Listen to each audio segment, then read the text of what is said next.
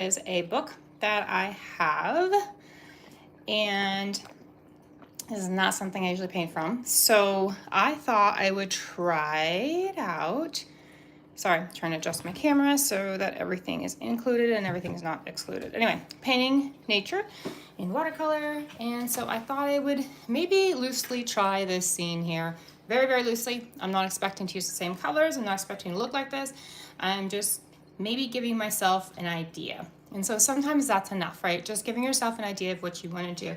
And as I chose this, one of the main reasons I chose this is because it was so simple. And I'm not a person that sees a super detailed picture and goes, I want to paint that. I like the loose. The loose feels harder to find for me, but this is what I like. I like this kind of simplicity. I like the room to explore. I like the room to kind of make our own decisions of what to do. I like the light. I like the framing with the dark. And again, the darkness down here, dark on one side, a little bit of dark back here. So it brings us forward, sets us back, gives us depth. It does all the things that I really like. So I'm going to paint a general idea of this in my own way. So I'm not here to copy someone else's work. Not that you can't do that when you're learning, absolutely 100%. I'm still learning, I learn every single day. So I'm going to use this as a book. It is a watercolor demonstration, so it is meant to be duplicated and redone. So it's not that I'm going and stealing somebody's work. So I'm going to set this to my side so that I can still see it. I'm not going to leave it where you can see it, but I'm going to set it somewhere that I can see it so that I have a general idea, or reminder, I should say, of what I'm aiming for. And I don't have enough room, so I'm just going to set it off to the side. And I'm going to grab my plexiglass, which I always tape my paper to. This is maybe not going to be a super long one, and if I don't finish, my pie is in the toaster oven warming up for me. I made blackberry pie yesterday, and it's really, really good. And I'm really excited to eat it. So I'll go as long as I feel, and then I'll be done. Hi, hello, hello. Is your real name Penny? Is that your nickname? Because I feel like, did I ask you before? I feel like I might have asked you before. And I feel like there's a crossover, obviously, between Instagram and here. And so I never know. Some people use different names. And so I always like, is it the same person, a different person? Okay. Good. That's easy enough. Okay. Well, hello. Yeah, so 100% cotton paper. I'm using the back side of something else. It's just a old piece I did that, I guess I don't necessarily love any of the pieces I'm painting on the back side of, because I feel they can get another life and more practice. So, and it's not that I don't like them. I guess when I go through my works, I do keep the ones I like. I've been keeping them in an album, so I'll go through and decide which side I like, which side I don't like.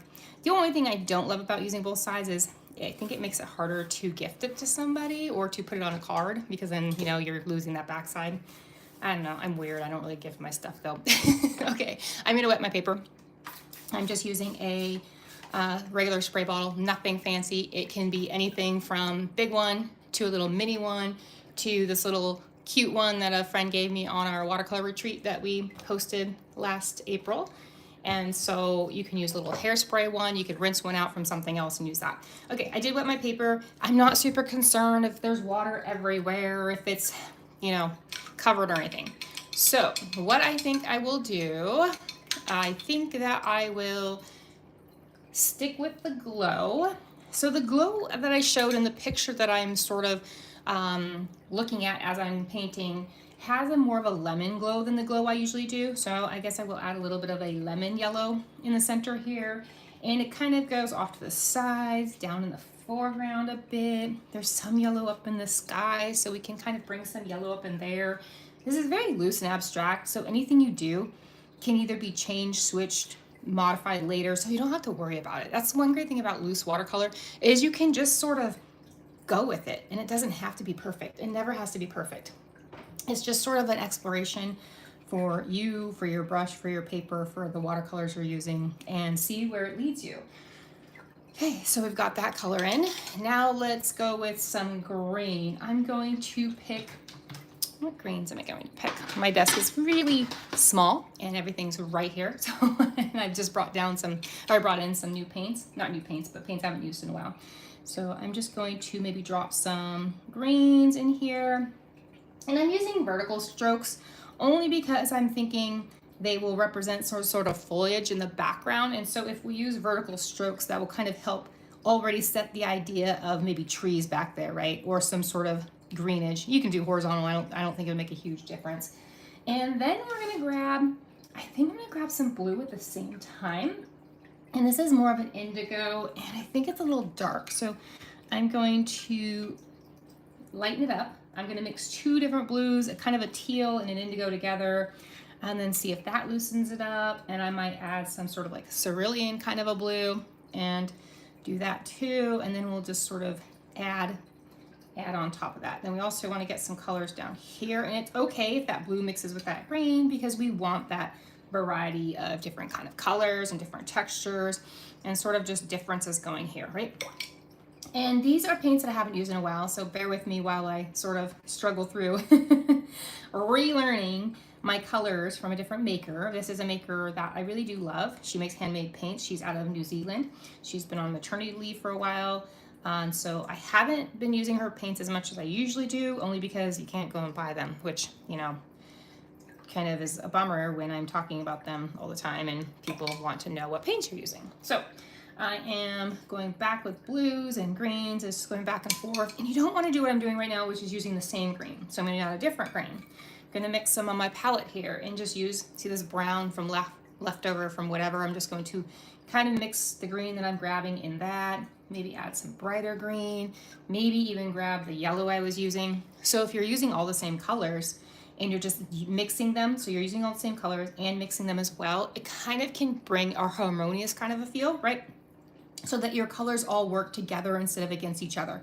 And that's kind of one of those things with color that is really useful to practice, is making sure that you are using those colors. You can use whatever colors you like, but it is often handy to use the same handful of colors, and you can use a dozen colors. It doesn't matter how many colors, just use those to also mix. Instead of using a new red, you would want to use the red that you've already been using, right? You don't want to just add one spot of red in one spot. Well, you can, not that you don't want to. I prefer not to throw in a new red. I prefer to use a red that I've already been using. Not that there's red in this one, but you know what I'm saying. Oh, well, thank you for the vote of confidence. This is what I call the ugly phase, and this is when you're just trying to get down something to help tell your story, right? Some colors that you're interested in using, sort of just your background of that's way too blue. So all I have to do is take my water, load up my brush with water, and just dilute it a lot, right? And if you really don't like it, what you can do is take a clean cloth, well, I say clean loosely, a cloth, wet it, dip it in your water, and then you can pick it up and, you can see that, you can make it disappear. I didn't want to make it disappear, so I'm going to go add that blue back in, but I did want to show you. So again, too much blue, lots of water on my brush, and just kind of move that around. And that's not the same blue that I was using, so I'm going to grab some indigo and some of that other blue I was using to tie that in, right? And so now I've introduced a new blue, but I want to bring my indigo back in because that's what I was already using. And so that helps kind of create this more like it's supposed to be together. And again, it's okay if this blue mixes in with this green and yellow, because this is just the very first layer. This is just the background layer. This is sort of like an outline before you start coloring a coloring book or something like that. Okay. So it's all very monotonous, right? It's all kind of plain. So now we can take our colors, and maybe we can, nope, that's not a color I wanted. Let's try a different color. Let's try a darker blue. I have a pile of blue over here that's already existing. So I'm just going to mix some darker blues, some indigos, some midnight looking colors. And that did get a little away from me. So what I'm gonna do is I'm just gonna go back in and pick some of that up. A little too much teal there. And this background layer, you're just putting these things in the background. You know that they're going to bleed, you know that they're going to diffuse a lot, but you just want these sort of lines that are happening back there. And again, if you see blobs like this you don't like, just blur them out. all these things can be fixed, right? So you're like, oh my gosh, what is she doing? It's okay. They all can be fixed. They all can be changed, manipulated, and just moved around. And these are, again, these are going to diffuse. They're going to kind of melt into the background, and they're just kind of going to be on their own. Not on their own, they're just going to kind of, you just want texture, right? Right now we're just building up texture. We're building up things. We're building up stuff happening back there, right? We're building up depth. That's what we're doing. And this is the very first layer to do that.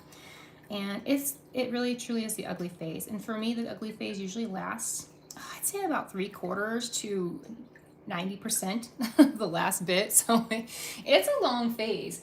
And sometimes that can be sort of, intimidating, but it can be frustrating, defeating, overwhelming, right? To be going through something for so long. You're like, oh my gosh, when do I know when to stop? When am I going to stop? Is it ever going to be, can I stop? Or is this just going to keep going? But you eventually learn to know kind of when you're going to hit that, or when you've built up enough depth, you can start seeing. And again, I always recommend standing up and looking at your piece from just even putting that foot of distance. So literally, I just stand up from where I am right now. I look through the camera, and I can sort of give myself a better assessment, or a little bit of a better judgment of what my piece needs, what it doesn't need, what I need to fix, what I need to take away, what I need to add. If you hear my voice changing, I'm looking off to the picture. I put my book off to the left, and so that's why you might hear me moving away from the microphone for a second. Just to peek over there and see what's going on and see where I'm struggling. And so I'm just, again, you can do this in a fast way. Lately, I've been taking more of the slow route, which just means adding a bit by bit, and this paper is still really wet, so I'm really free to do that. And that's a really, really key point in using 100% cotton paper, so that you have a lot of time to be able to, it's leisure time, you're not feeling rushed to get something done because your paper is going to dry on you. And if it does dry on you, it's no worries. Just dry it completely with a heat tool or time, and then come back to it, wet your paper again, and just start going at it again. It's no big deal if it dries. People act like, oh, you gotta hurry before it dries. You gotta hurry. Nah, you don't really have to. Okay, so I'm now taking a darker color, and I'm just playing with this foreground right here to kind of create a even more sense of bringing stuff forward. I have not really a rhyme or reason. I often will jump from the sky to the midground to the horizon to the foreground, back to the sky. And I like to check my paper by turning it on an angle like this and seeing if my paper still has a sheen. If it still has a sheen, I can work on it. So everything above here doesn't have much of a sheen, so I probably don't want to go past this point up here. Everything from here down pretty much does have a good sheen to it, so I can still work on that because it's still pretty wet.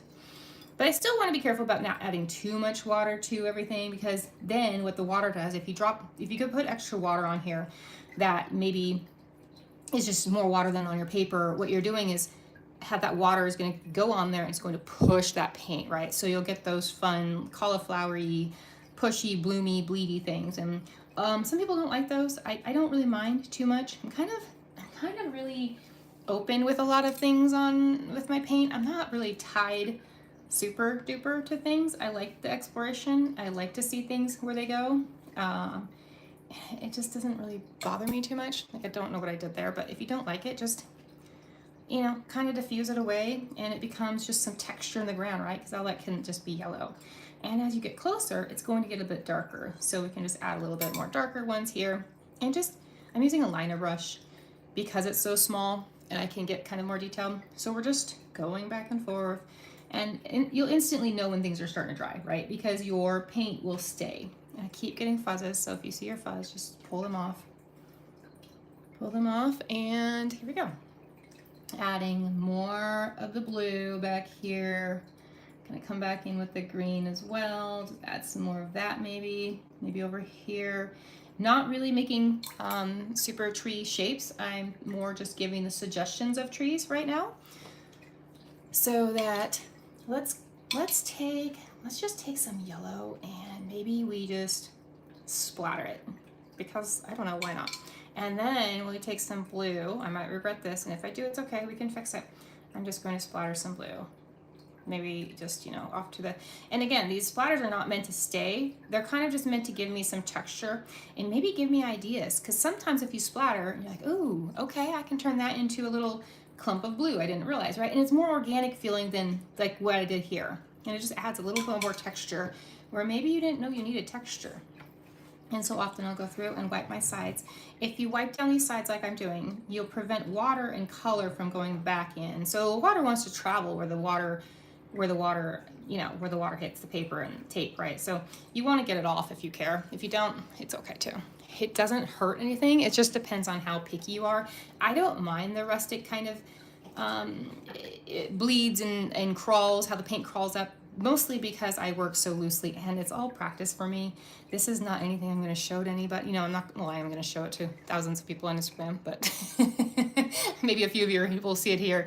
But it's not something I'm going to sell or I'm going to, you know, put on a website or anything. It's just, it's all practice in hopes to encourage you to do it yourselves, to encourage you to just get out there and try new things and maybe pick up a new hobby, or maybe pick up a hobby that you haven't picked up in years. So many people say to me like, oh, I haven't painted in years, you know, but why not? Why not? Especially if they've already done it and they know what they're in for. I was intimidated by watercolor. I started it in college and the class was so detailed and so you must paint this. And I was so like, oh, I can't paint this. I can't even draw. So I was scared off and I quit.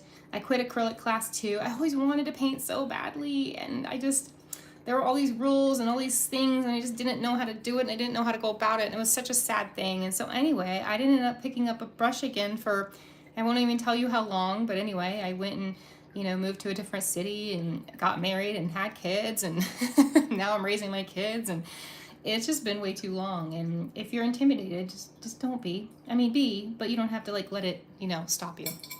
Hi, thank you. This is just a very loose base layer kind of thing. And so things are kind of still, you know, not sure where they're going. It's messy and that's okay. It's okay for it to be messy right now. I'm going to grab what's called a script liner. It's very close to a liner brush. It just has a bigger belly. So when you look at these two brushes, these are both called liners. The one on the left is called a script liner and the one on the right is just a regular liner. Let me get it wet and you can see maybe the difference. The one on the left has a little bit more of a belly. It's hard to tell in here, but it does have more of a belly, which just means that ideally it would hold more paint and give you a longer, you know, a longer time to paint with. So let me look back over my shoulder at my picture here. Let's maybe take some yellows and greens, and maybe we just sort of blop in some yellows and greens. Maybe we give some backgrounds over here.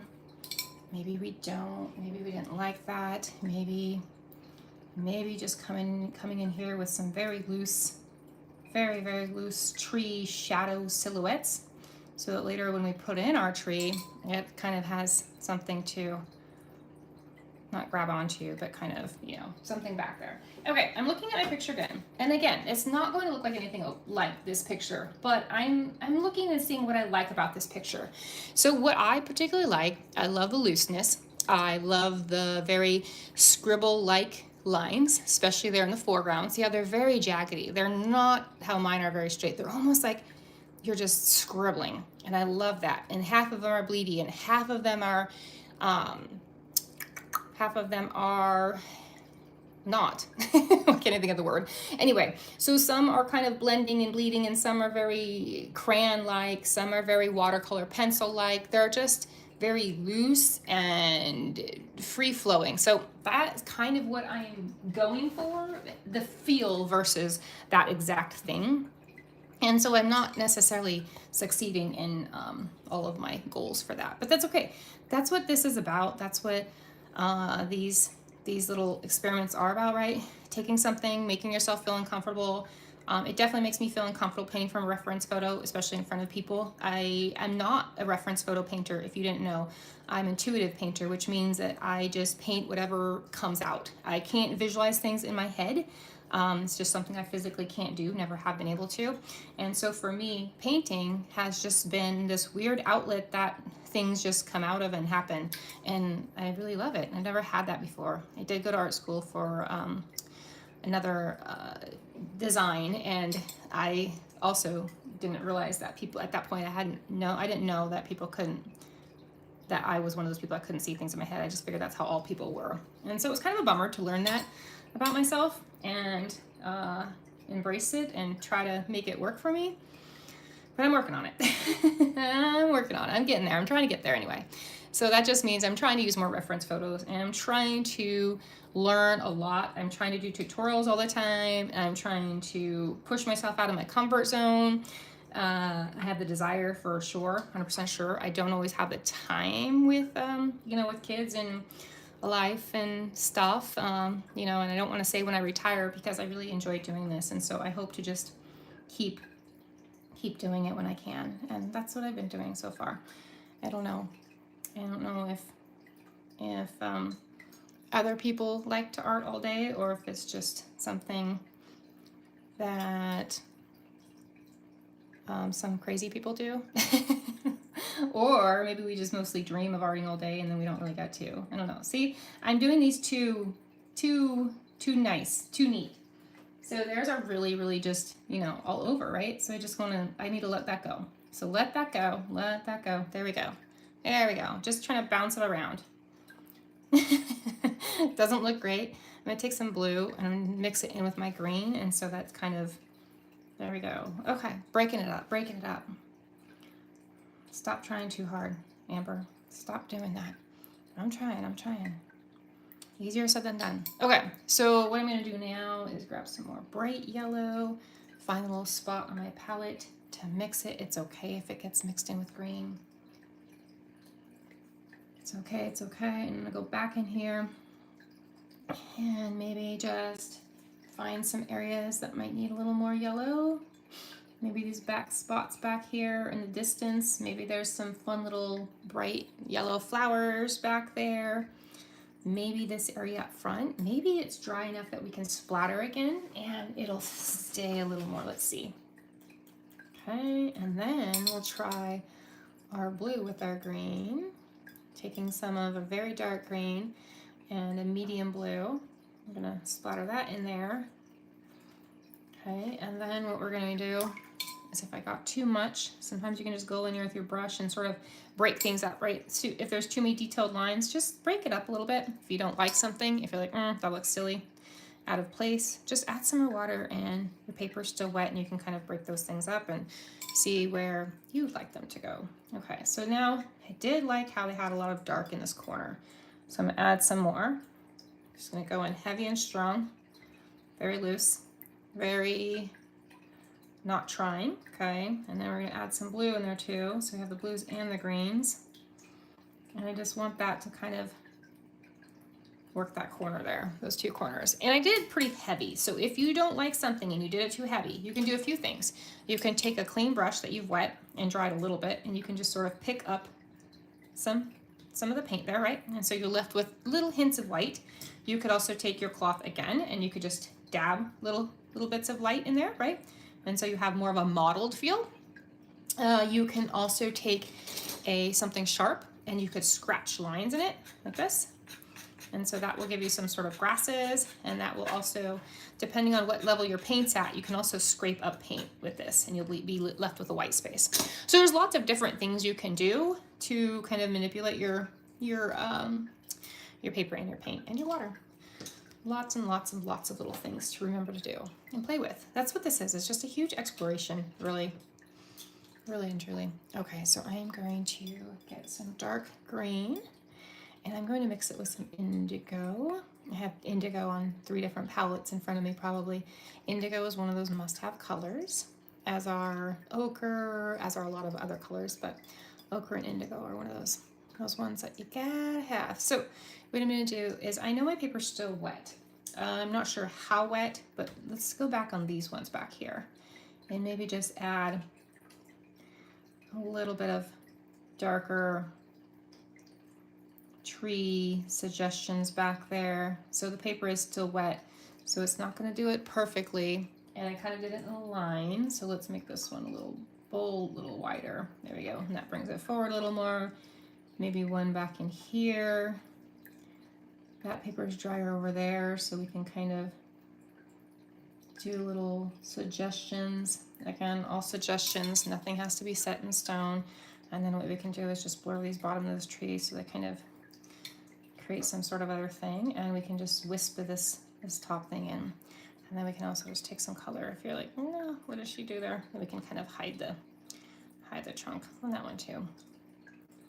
And then you can go back. It's just a game of back and forth, you know, back and forth. We can drop in some more branches. I like the look of paint bleeding and paint blurring out and paint kind of just being wherever. That's something I'm a big fan of. So if you are, you can do that as well. And if not, you can wait for this to completely dry. But I kind of like that there's like hints of trees back here, right? Hints of branches, hints of maybe little bramble things, right? We don't know what's going on back there. But we want to suggest what could be going on, right? Watercolor is a lot about suggesting and maybe hinting at things that the eye can then kind of take and decide what that eye sees, right? And that eye is your own, and it's going to be different for every person. I'm not trying to write a story that you have to interpret in one certain way, right? I'm trying to show you a story that you can see many different ways. Maybe you see it's magical, maybe it's scary, maybe it's a magical fairy forest, maybe it's just something that's too messy for you and loose and you can appreciate, but maybe you don't love, you know? So that kind of thing. I just want it to be what you see, and not, I don't want to tell you what to see. That's what I'm trying to say. Okay, so I'm taking a darker color yet, another one, even though we blotted some of that out, and just adding these really loose flick of the brush, right? I'm just flicking this brush around, kind of as if I was a kid drawing, you know, like when we used to draw those like grasses that was literally just boom, boom, boom, kind of like that. Oh, sorry, my husband was texting me. Just want to make sure it wasn't anything super important. He just gave me crap for not making a dentist appointment for my daughter. Oh, okay. Still just adding in these little bits. And so I abandoned exactly what that picture was, right? So what I'm doing now is I'm just adding, maybe this is like a field of sort of lavendery things. And so now I'm just adding in a little bit of darker texture so that maybe, not lavender, but you know, any kind of wildish stuff. And so I'm just going back in and adding in a little bit of darker texture within, and it's starting to dry a little bit more, so my paint is starting to sit, as you can see, a little better on top. And so I just want to really make sure these corners are nice and dark and kind of grounding so that we have a good base point. Okay, let's go right back here, maybe add a little tree, little twigs and parts of hints of trees, right? Maybe just hints of stuff happening back there. Maybe one over here as well. They don't have to make sense. I'm a firm believer that things don't have to make sense, and if you want them to, that's fine. But if you don't need them to, and you don't have to make them make sense. Okay, so back here I'm going on this tree base. I also love to leave little twigs down at the bottoms of trees, and also just little branches that maybe come off, right? Extra little texture and twigs and things, just to kind of give your eye somewhere to go and just kind of a little bit more, just more. Let me stand up and take a look. Okay, it's getting there, I suppose. Let's go ahead and dry, and then I can add the trees to the main trees, I think. I'm gonna mute you so you don't have to hear my dryer.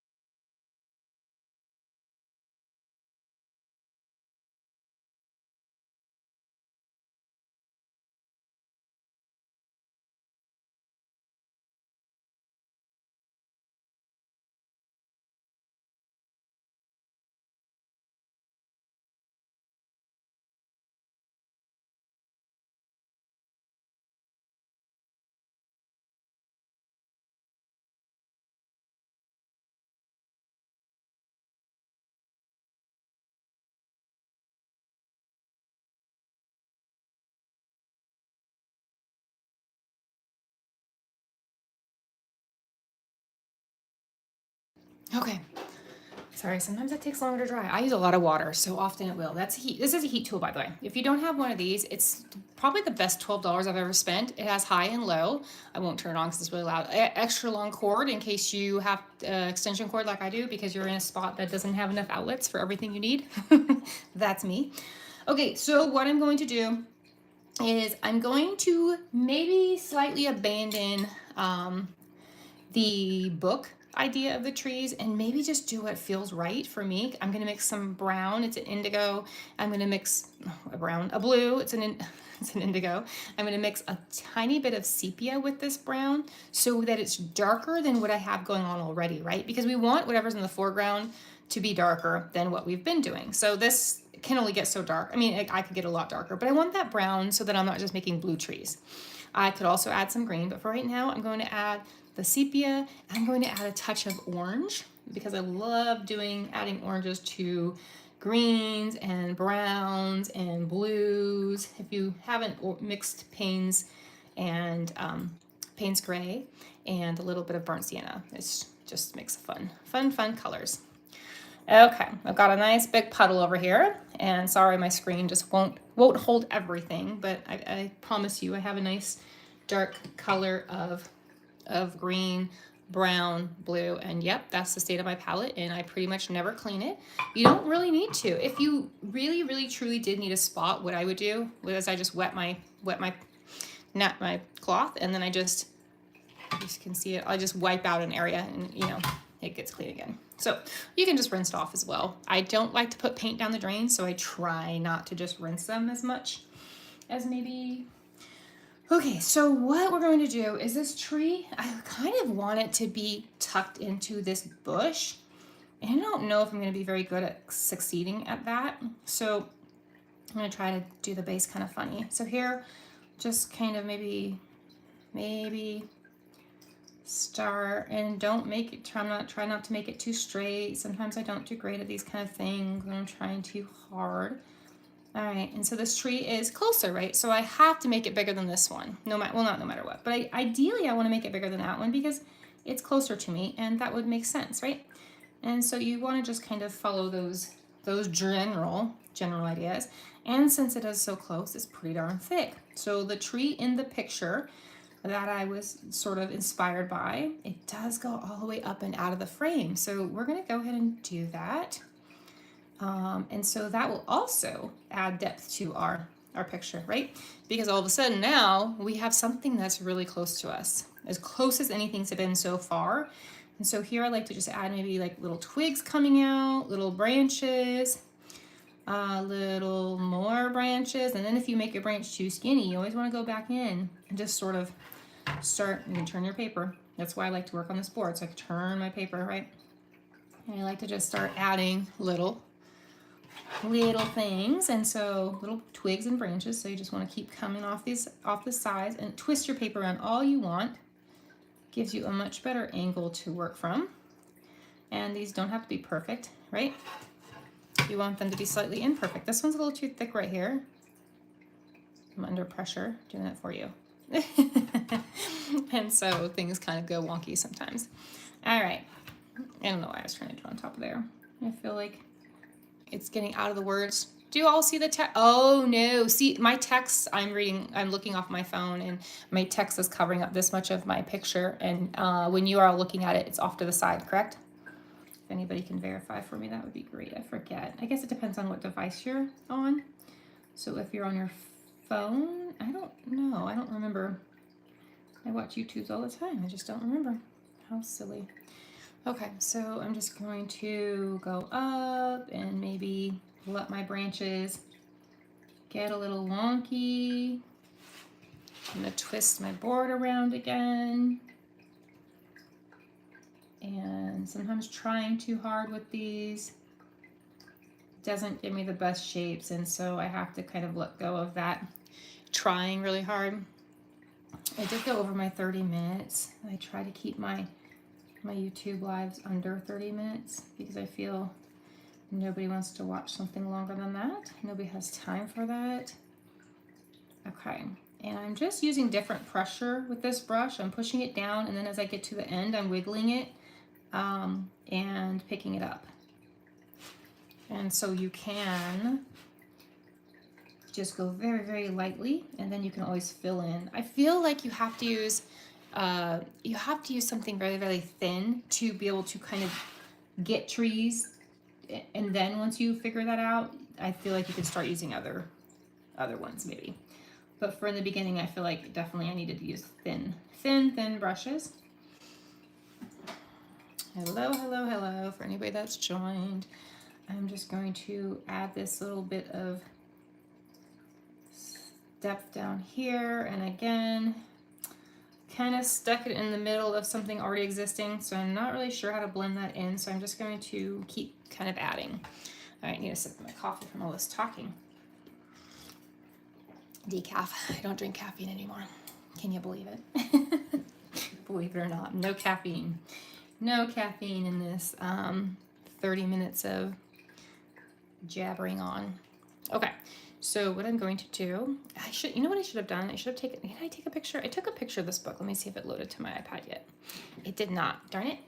I was hoping it would sync and I would have it in front of me. Sometimes I just like to look at things to see maybe how they did a tree branch, or you know, because I'm not good at like tree studies. So for instance, people say, oh, go do a tree study. It doesn't really do much for me. I can't draw things that I see. I can copy things sometimes and, you know, get things down that way, but I'm not really good at just freehanding stuff. I'm gonna add a little more texture over here on these. I wasn't going to, but I kind of ended up liking that. And again, too much paint, just sort of dab things along. This one I'm going to leave bare, and I think, let me stand up and look. I think I'm getting close to being done. A, for time's sake, and B, because I feel like that might just be time. So here, I'm just going to add maybe a twindly thing. Just some extra texture down here, extra brambles, some things happening, protruding out. So sometimes the dark on the light is a really, really good thing. So if you have a light space like this with not much going on, maybe veer your tree out into it a little bit, so that it has somewhere to be highlighted, right? Otherwise, we're just kind of painting these and you don't see it as well. Like in here, you're not seeing as much, but once it hits that light, you can't have light without dark and dark without light, right? So I feel it's a really, really good way to sneak in some really fun detail, in my opinion. Okay, all right. So as I'm looking at this, I might just add a few more very loose. I'm just going to let my brush sort of bounce and dance and sort of twist. So I'm moving it, I'm twisting it, I'm jagging it, dragging it along the paper a little bit. And so what I can also do is just add some splatter. Now that everything's drier, the splatter is going to show, right? It's not going to blend. So if you don't want the splatter here, don't do it. Okay, and then what we can do, we can also add just a little bit of splatter in this section of tree. I want to avoid my sky. I don't really want it my sky. So I can just sort of add a little bit of, this is not my go-to splatter brush, by the way. I prefer a size round 4. Okay, so let's stand up and look again. Okay, I can deal with that. What we're gonna do, 2 last things. I'm gonna add my birds. The way I add my birds, I get some black watercolor or dark watercolor, whatever's on my palette. I mix it up, add quite a bit of water. And I use a liner brush, not that one. I'm going to switch to this liner brush. And I am going to not breathe while I do it and not talk. And I'm going to put them, make sure there's no water on my brush. I'm just going to go very lightly. Very lightly. Just a hint of bird back here, right? And there we go. That's all. Just little hints of birds, and then we're going to take shimmer. I'm going to grab my shimmer. This is my collection of shimmers, one of them. I'm gonna go grab some, now I'm gonna grab a size 4 round. Because that's my tried and true trusted splatter brush, my splatters turn out every time the right way, and I like them to do that. So I'm going to cover the area I do not want splatter, including my paint palettes, my wood palettes, and my others. And I'm gonna grab some, I think I'm gonna grab, let's add the shimmer. It's kind of a pinkish gold. Let's add a pinkish gold. Let me take a peek at my picture again. Or do I just want straight gold? No, we'll go pinkish gold. Mostly because I haven't used it in a long time. So you want to get your paint pretty darn soupy. And then you also don't want the ferrule full of water, because then you're just splattering water on your paint. So go slowly, right? Tap your paintbrush slowly, and you'll get little ones. And the big ones come out first, right? Because all the first big water drops. Then, if you're liking what you're doing, you can splatter harder, and you'll get smaller ones. Smaller and faster, harder and faster. You get little small ones, just little hints of little ones, almost as if you were using a toothbrush, if you've seen that method. So what I really like about this shimmer by Cosmic Creations is this color in particular. It shows gold and pink. So the larger splats look like pink, and then the smaller ones look like gold, which I just love, love, love. All right, that's it. So I'm gonna pick up these, get them out of my space, get my shimmers out of the way, tuck a few things out of the way. We're gonna take off our tape and see how we did. All right, and so this whole video, it will be posted under my lives. So if you've missed part of it and want to go back to it, you can fast forward, you can do whatever you want. You can speed me up, you can slow me down, you can mute me. Don't like chatter, just mute. It's a beautiful thing. All right, there we go. So that was fun. That's not, what the reference picture is, but that's the beautiful thing about it. You're not here to paint the reference photo, right? You're here to paint your interpretation of it. You're here to paint what you feel, what you want it to be. Take what you want out of it, that you don't care for, the hard parts, the things you're not confident in, or try those things. And, either way, you can do what you want, when you want it, how you want it. There are no rules. Have fun, and I'll see you next time. Bye.